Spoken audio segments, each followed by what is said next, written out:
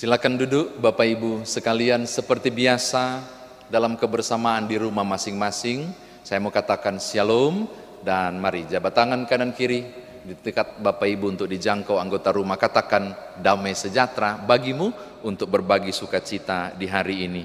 Sesuai dengan Sabda Guna Krida, Sabda Guna Dharma, kita dituntun pada terang tema kegigihan dan ketekunan dalam melayani. Bapak Ibu, kisah ini bermula ketika Paulus berada di Efesus dan menyampaikan tentang beberapa pokok menarik yang terjadi di Korintus. Sebenarnya ada dua kisah. Kisah yang pertama tentang bagaimana ia berjumpa dengan beberapa murid, versi 1, dan kisah kedua bagaimana kemudian dia berjumpa dengan murid-murid yang lain dan mengalami penolakan. Lalu bagaimana dia mengatasi penolakan itu. 3 hal ini saya mau berbagi dengan saudara. Ternyata di sana itu sudah ada orang yang percaya. Tapi kalau saudara membaca ayat 2, 3, dan 4, kata percaya, ada beberapa murid disebut, bukan percaya, disebut ada murid, berarti bicara soal pengikut, tapi tidak memberi penjelasan ini pengikutnya siapa. Tidak diberi penjelasan. Tapi kalau kita baca ayat 2, 3, ayat yang keempat, kita menemukan sepertinya yang dimaksud dengan murid ini adalah mereka orang Yahudi yang dulunya berbuat dosa, lalu kemudian bertobat dan berhenti berbuat dosa. Hal ini secara samar terlihat di ayat yang keempat, ketika mereka menerima baptisan Yohanes. Paulus sangat berkepentingan dengan itu. Dia selidiki, kalau ini adalah orang-orang yang sudah percaya, dia tanya, apakah kalian sudah menerima Roh Kudus? Ternyata belum. Persoalannya adalah sebab mereka dibaptis dengan baptisan Yohanes. Bapak Ibu mundur sedikit, apa itu baptisan Yohanes? Ayat 4 bilang itu baptisan pertobatan. Yohanes menyiapkan jalan untuk Yesus masuk, sehingga di sungai Yordan, kalau saudara bacakan di awal-awal Injil itu, sesudah kisah kelahiran Yesus Kristus, Yohanes berteriak dengan begitu keras untuk mengatakan, bertobatlah dan memberilah dirimu dibaptis. Dan dia kemudian membaptis di sungai Yordan. Pembaptisan Yohanes itu, kaum Eseni punya tradisi, padang gurun itu barangkali setara dengan engkau masuk dalam persekutuan ini, yaitu kelompok yang bertobat. Tidak disebutkan dia ucapkan kalimat apa, tidak disebutkan. Barangkali cuma menuangkan air sebagai simbol engkau diterima di komunitas kumpulan orang yang telah berhenti berbuat dosa alias bertobat. Jadi itu yang dimaksud dengan baptisan Yohanes. Mereka disebut para murid karena mereka telah meninggalkan dosa. Dan itu bagi Paulus ada persoalan. Sebab kalau cuma tidak berbuat dosa, cuma bertobat, tapi tidak menerima Yesus sebagai Tuhan dan Juru Selamat, ya tetap tidak bisa diselamatkan. Sebab orang yang diselamatkan adalah orang yang bukan saja berhenti buat dosa, tapi dosanya yang lalu diampuni oleh Tuhan. Dan proses pengampunan itu hanya melalui darah Kristus. Karena itu perlu untuk dibaptis kembali, menerima Yesus Kristus. Dan kalau kemudian Alkitab berkata, itu dibaptis ayat yang kelima, dibaptis dalam nama Tuhan Yesus, saudara harus merujuk Matius pasal 28 ayat 19. Saya sangat yakin redaksi Dr. Lukas menulis dibaptis dalam nama Yesus, dia merujuk pada Matius 28 ayat 19. Aku membaptiskan engkau dalam nama Bapa dan Anak dan Roh Kudus. Mengapa saya pastikan itu? Sebab itulah satu-satunya redaksi pembaptisan yang diamanatkan dan tidak mungkin diselewengkan sehingga hanya bilang aku membaptiskan engkau dalam nama Yesus. Gak mungkin. Tetapi yang dimaksud oleh Dr. Lukas yaitu baptisan yang diajarkan oleh Yesus dalam nama Bapa, Anak dan Roh Kudus. Langsung terima Roh Kudus. Itu dia yang dimaksud dengan apakah kamu menerima Roh Kudus. Dan benar saudara, ini termanifestasi. Roh Kudus yang kemudian diturunkan pada mereka melalui konfigurasi baptisan Yesus Kristus, yaitu baptisan Bapa, Putra, dan Roh Kudus itu, mereka kemudian menerima Roh Kudus ditandai dengan manifestasi.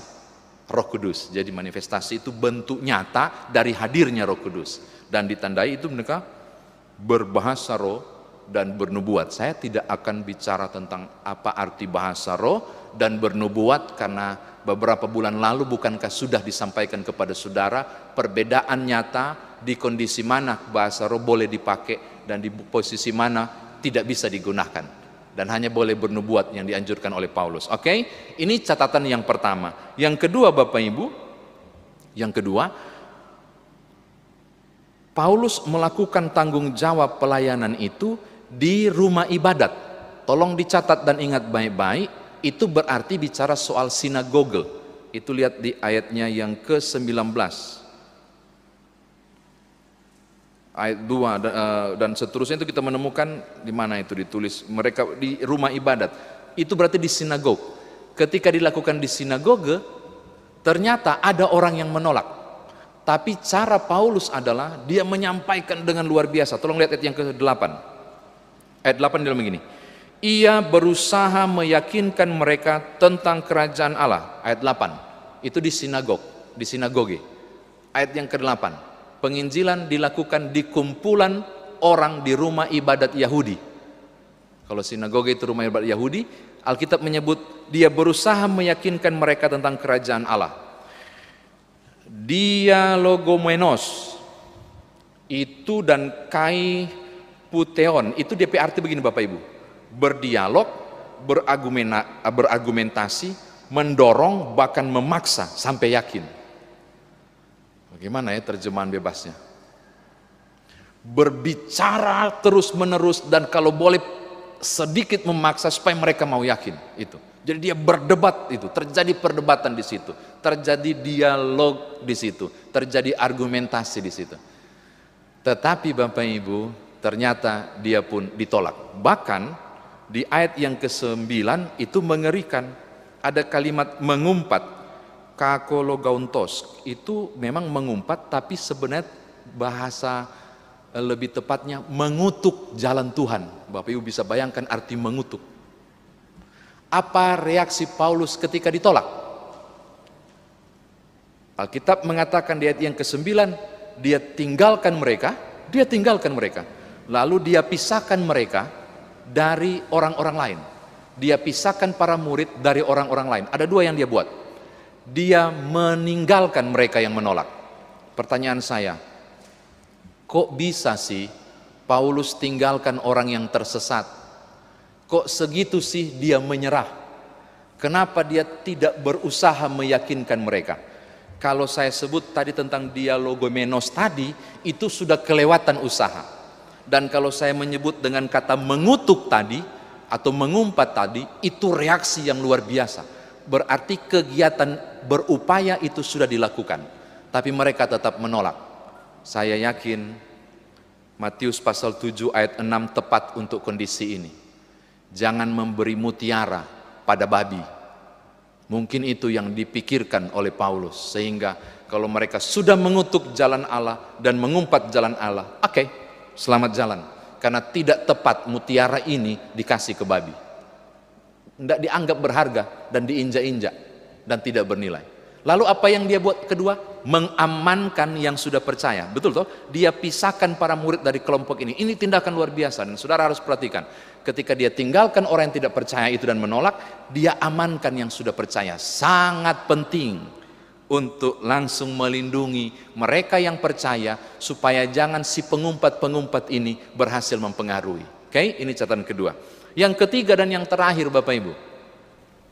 Apakah betul seperti yang saya katakan tadi, Paulus cepat menyerah? Tidak ternyata. Kalau saudara baca itu di ayat yang ke-10, kita menemukan dia bertahan di situ 2 tahun. Tetapi karena dia ditolak di sinagog, dia kemudian mengajar di satu ruangan kuliah namanya ruangan Tiranus. Beberapa penafsir berkata kemungkinan Paulus menyewa ruangan kuliah itu. Bapak Ibu, di daerah Efesus itu juga tradisi Yunani sangat kuat, yang mereka sangat menyukai ilmu pengetahuan, jadi kelas-kelas itu pasti ada. Dan salah satu kelas itu disewa dipakai oleh Paulus yang disebut dengan ruang kuliah Tiranus selama 2 tahun. Dan ending cerita adalah semua penduduk Asia mendengarkan firman Tuhan. Bukan saja orang Yunani, tapi juga orang Yahudi. Saya lagi bayangkan begini Bapak Ibu, andai kata Paulus ngotot di sinagog, di rumah ibadah orang Yahudi, ngotot bercerita terus menerus, orang yang tidak bersunat yaitu orang Yahudi tidak bisa masuk. Tapi justru ketika dia keluar dari sana dan dia pindah ke tempat kuliah Tiranus itu, orang Yunani bisa masuk. Orang Yunani kan tidak bersunat, tidak boleh masuk sinagog. Tapi justru ketika dia pindah ke ruang kelas itu, Yunani bisa masuk. Dan justru orang Yunani juga dimenangkan, plus orang Yahudi. Bahkan Alkitab berkata, ini dia, dari pantang menyerahnya Paulus, bahkan tercatat banyak mujizat yang dikerjakannya. Ayat 11, ayat 12 bilang, bahkan barang apapun bekas dia pakai bisa jadi mujizat, bisa menempel kuasa Allah di situ untuk menghadirkan sesuatu yang luar biasa. Saya kira demikian firman Tuhan ditafsirkan bagi kita. Nah sekarang bagaimana kita mau bawa dalam kehidupan beriman kita? Bapak Ibu, ditolak itu hal yang biasa. Saya mau bilang, mengalami penolakan, ditolak, dan begitu banyak orang yang menolak, atau begitu banyak orang di dunia ini mengalami penolakan, itu hal yang biasa. Yang tidak biasanya adalah, atau yang luar biasa adalah, reaksi orang ketika ditolak. Itu yang perlu dilihat. Ada orang ditolak langsung mundur, ada yang ditolak langsung down, ada yang ditolak langsung putus asa. Itu kategori biasa, itu semua umumnya terjadi begitu.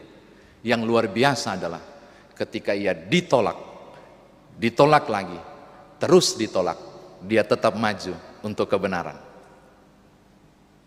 Paulus adalah tipikal ini. Andai kata ketika 3 bulan di Efesus dia ditolak dan dia tinggalkan Efesus tidak sampai 2 tahun, saya tidak yakin ada jemaat Efesus yang dibentuk, dan saudara tidak akan menemukan kitab surat Paulus kepada di Efesus. Tidak ada. Kalau kemudian Paulus berhenti pada titik penolakan. Ini hal yang saya mau katakan yang pertama. Kegigihan adalah orang yang siap menghadapi hambatan apapun.